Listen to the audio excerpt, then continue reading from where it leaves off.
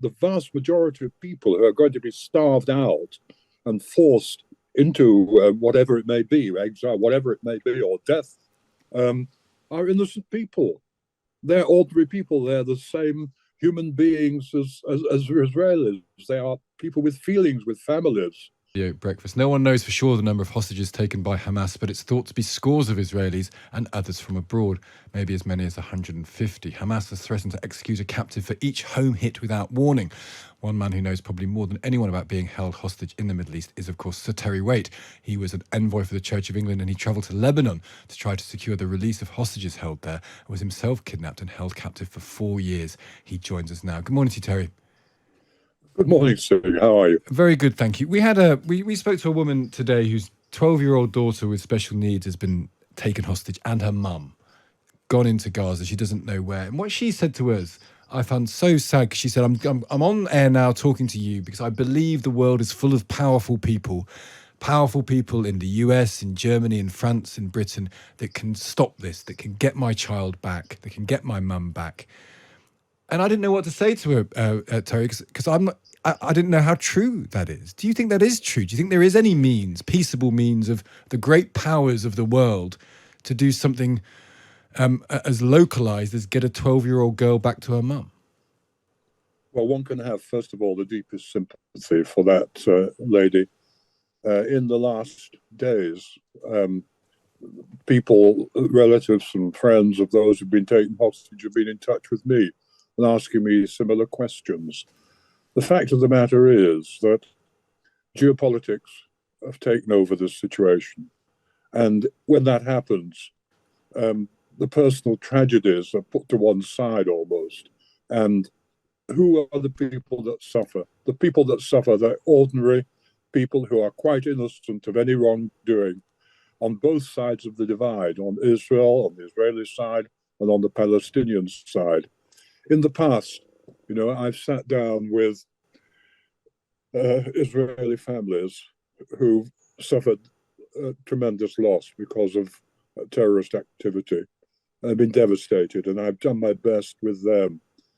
And then I've been on the other side, on the Palestinian side, and I've seen Palestinian farmers isolated. They're isolated from their olive groves because they're being surrounded by illegal settlements.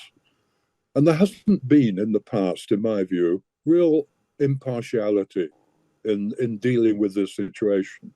It's extraordinarily complex. I don't deny that. But the big powers have not been impartial. Um, they've been allowed, Israel's been allowed to get away with the illegal settlements. And yes, there have been protests, but no real action taken. And there needs to be fairness on both sides.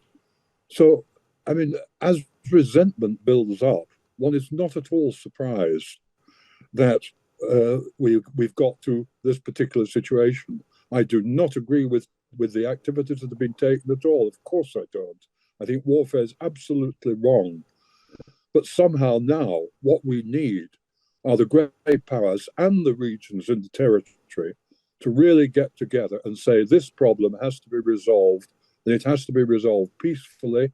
And first of all, we have to really give consideration to the innocent people on both sides who are suffering and have suffered dreadfully over the past years. I think it requires concerted action. But I think that's wise counsel, Terry. But the problem is, once terror happens like this, in this specific instance, and I know people will say there have been great grief-inducing events over the years and years before that, and I'm not taking away from that. But once you have an event that is 10 times the scale of 9/11 in terms of Israeli loss, and then you have Israelis coming on our program, we had someone from the IDF saying, we are going to starve Gazans out until they give up Hamas. We're going to go after everybody. And if you don't want to be part of that, go to the shoreline and wait for us to finish our job. Once we're in that world, it is nice to think that people can talk sensibly and great powers to intervene. But I wonder whether we've gone past the line that is never going to return again. That this is so significant a loss on the part of Israel, and their response is going to be so major that nothing other than that is possible. Well, I have to say, there's a lot in what you say, and one can understand that reaction. But somehow, you know, people have got to realize that the vast majority of people who are going to be starved out and forced into whatever it may be, exile, whatever it may be, or death, um, are innocent people. They're ordinary people. They're the same human beings as Israelis. They are people with feelings, with families, and they're going to be punished because of the actions of certain people. Yeah.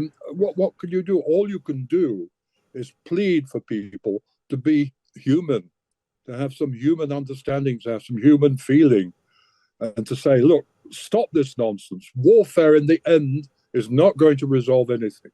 It's going to create further troubles in the long run. Yeah. Now is the time for concerted action to act and try and deal with the fundamental problem as to the settlement of the people in Palestine.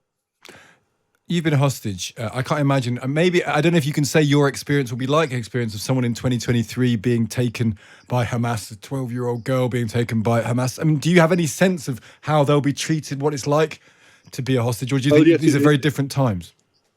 it's to be. I mean, you said 4 years. I was actually almost 5 years in captivity, in total isolation. And the thing about being a hostage is you're entirely helpless. You have no rights whatsoever. I mean, whenever the door opened in my cell, um, I realized it could be someone coming to execute me, and I did in fact face a mock execution. So I do know in my own being what it's like to be in that situation, which enables me to have some understanding and some sympathy for those who are caught Do in you feel that despair, situation. Terry, when It's that just happened? terrible. Do you feel despair? Well, I was trying to think, because you're outside the normal bounds of existence that you've been living in forever. And all of a sudden, as you say, you have no rights, no one to appeal to. Someone capricious could take your life away. Is it despair you feel? How do you feel then? well, you have to be able to find resources in yourself. You say to yourself, "Look, I'm living today, and I'm going to live today as fully as possible." And you then have to be able to keep your mind alive and somehow keep hope alive. Now, if you have a reasonable background, I mean, I've had a background of, I've always been an avid reader, and I've always been be able to fill my mind with stories and what have you. I was able to draw on that. I was able to write in my head. I was able to take myself out of that situation and put myself through my imagination into other situations, and therefore keep some degree of internal cohesion.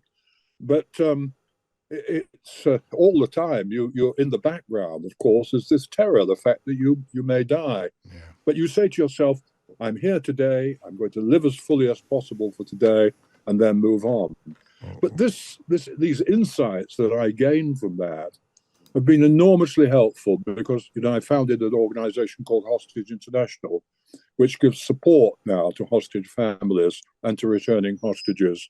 And because we have people with us now who've been through the experience, who have that understanding, we can and do offer support to them, and have been doing that now for the last 25 years in a yeah. very quiet way. Well, listen, Terry, it's great work you're doing. I hope that there'll be some returning hostages for you to do your work with in the next weeks to come. Terry, great to speak to you. Thank you for joining us.